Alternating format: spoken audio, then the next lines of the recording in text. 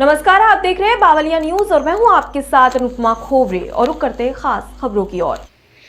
बेरोजगारी को लेकर चिकित्सा एवं शिक्षा मंत्री विश्वास सारंग ने कहा, केंद्र सरकार की रिपोर्ट में बेरोजगारी दर मध्य प्रदेश में सबसे कम है। रोजगार देने के लिए नए अवसर सृजित किए जा रहे हैं। सरकारी और निजी क्षेत्रों में रोजगार देने का काम मध्य प्रदेश सरकार कर रही है। वहीं कोरोना को लेकर कहा, सीएम शिवराज सिंह चौहान ने तीसरी लहर से निपटने के लिए भी दिशा निर्देश दिए हैं। हमारे विभाग ने कोरोना से निपटने के लिए पूरे इंतजाम किए हैं। सीएम शिवराज ने भी ठंड को देखते हुए कहा कि कोविड केयर सेंटर में ठंड के चलते मरीजों को बेहतर रजाई ओढ़ने के लिए दी जाए। सीएम समीक्षा पर शिक्षा मंत्री बोले, चिकित्सा शिक्षा के क्षेत्र में छात्रों को बेहतर शिक्षा के लिए सीएम शिवराज ने दिए निर्देश। साथ ही विभाग अब मेडिकल की पढ़ाई भी हिंदी माध्यम से शुरू करने जा रहा है, जिसका पाठ्यक्रम जल्दी तैयार हो जाएगा। भोपाल से अफसर खान की रिपोर्ट। उनमें किसी भी तरह की तबीयत बिगड़ने वाली स्थिति नहीं है, सब एसिम्टोमेटिक हैं। तो या तो लोग जिनके घरों में उचित स्थान है, अलग से कमरा है, अलग टॉयलेट है, वो घर में आइसोलेट रहें यदि उनकी तबीयत एकदम ठीक है, और यदि इस तरह की स्थिति घर में नहीं है तो वो जो हमारे कोविड केयर सेंटर हैं उसमें पहुँचें।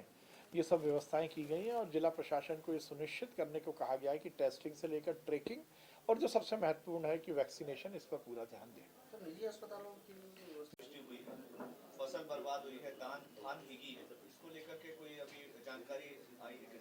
देखिए, हमारी सरकार के स्पष्ट निर्देश हैं कि इस तरह की कोई भी प्राकृतिक यदि विपदा आती है तो किसानों को उचित मुआवजा मिल सके, उनकी जो भी फसल में हानि हुई है उसको लेकर तत्काल माननीय मुख्यमंत्री जी के निर्देश हैं, सरकार के निर्देश हैं कि सर्वे कराकर उन किसानों को उचित मुआवजा मिले। इसके निर्देश हैं। जहाँ भी प्राकृतिक आपदा के कारण लोगों को दिक्कत आई है, किसानों को दिक्कत आई है, उनको उचित मुआवजा मिलेगा।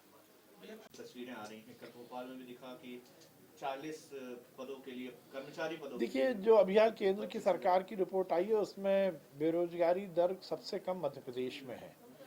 हम रोजगार के नए अवसर सृजित कर रहे हैं और रोजगार में सरकारी नौकरी के साथ साथ प्राइवेट सेक्टर की नौकरी जो बड़े बड़े उद्योगों के इन्वेस्टमेंट के बाद आती है, और सबसे महत्वपूर्ण है स्वरोजगार।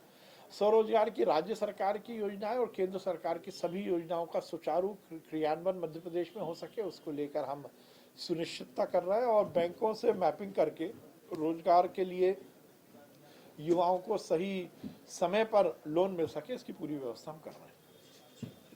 ये भी हमने हमारा जो सार्थक पोर्टल है उसमें अभी तक लगभग 27,000 हमारे निजी अस्पताल रजिस्टर हो चुके हैं जो कोविड का इलाज करेंगे। मुख्यमंत्री कोविड उपचार योजना हमने पहले ही शुरू की थी और अब केंद्र सरकार की ओर से माननीय प्रधानमंत्री जी ने एक बड़ी सौगात दी है कि आयुष्मान भारत के अंतर्गत भी कोविड का इलाज होगा। तो हमने एक नवाचार किया है, प्रदेश के हर जिले की हमने एक प्लानिंग रिपोर्ट बनाई है जिसमें गवर्नमेंट का हेल्थ सेक्टर और प्राइवेट जो हेल्थ सेक्टर है उस सबकी मैपिंग की गई है और सभी जगह चुस्त दुरुस्त व्यवस्था हो सके, इसके पूरे इंतजाम हमने किए हैं।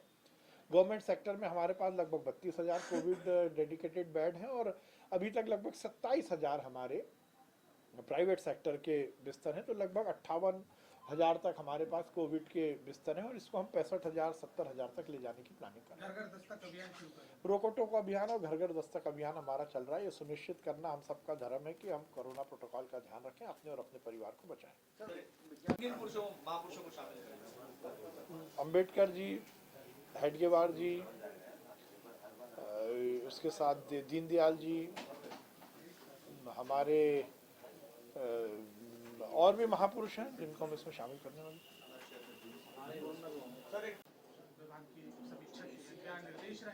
माननीय मुख्यमंत्री जी सभी विभागों की पूरा प्रेजेंटेशन ले रहे हैं और जिस प्रकार से आत्मनिर्भर मध्य प्रदेश के जितने भी प्लानिंग के पॉइंट्स हैं उनकी क्या कुछ स्थिति है, क्या काम हुए हैं, किसमें क्या कमी है, उसको लेकर विस्तृत रूप से विचार विमर्श माननीय मुख्यमंत्री जी ने किया।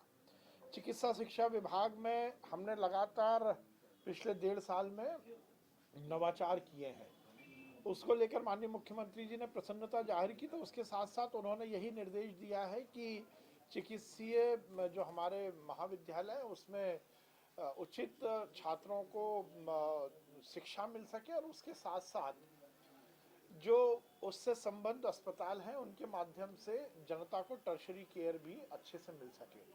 और इसको लेकर हमने पूरी प्लानिंग की है। छात्रों को हमने बीमा योजना से जोड़ा है, उसकी माननीय मुख्यमंत्री जी ने काफ़ी तारीफ की है।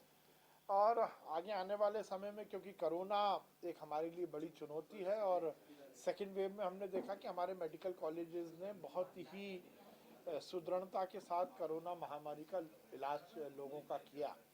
उनकी और व्यवस्थाएं चुस्त दुरुस्त हो सकें, इसके भी निर्देश माननीय मुख्यमंत्री जी ने दिए हैं। हिंदी में हम अब मेडिकल की पढ़ाई शुरू कर रहे हैं, उसके पाठ्यक्रम को हम जल्द से जल्द तैयार करेंगे। फर्स्ट ईयर में फाउंडेशन कोर्स के माध्यम से महापुरुषों के जीवन के माध्यम से लोगों हमारे स्टूडेंट में आदर्श जीवन जीने की और उनके जीवन मूल्यों को बढ़ाने के लिए जो एनएमसी की गाइडलाइन है उसका हम पालन करेंगे। कुल मिलाकर माननीय मुख्यमंत्री जी के जो निर्देश हैं उनका हम अक्षरशः पालन करते हुए इस विभाग में और गति के साथ काम करेंगे। फिलहाल के लिए इतना ही। खबरों का सिलसिला लगातार जारी है। आप बने रहिए बावलिया न्यूज के साथ। नमस्कार।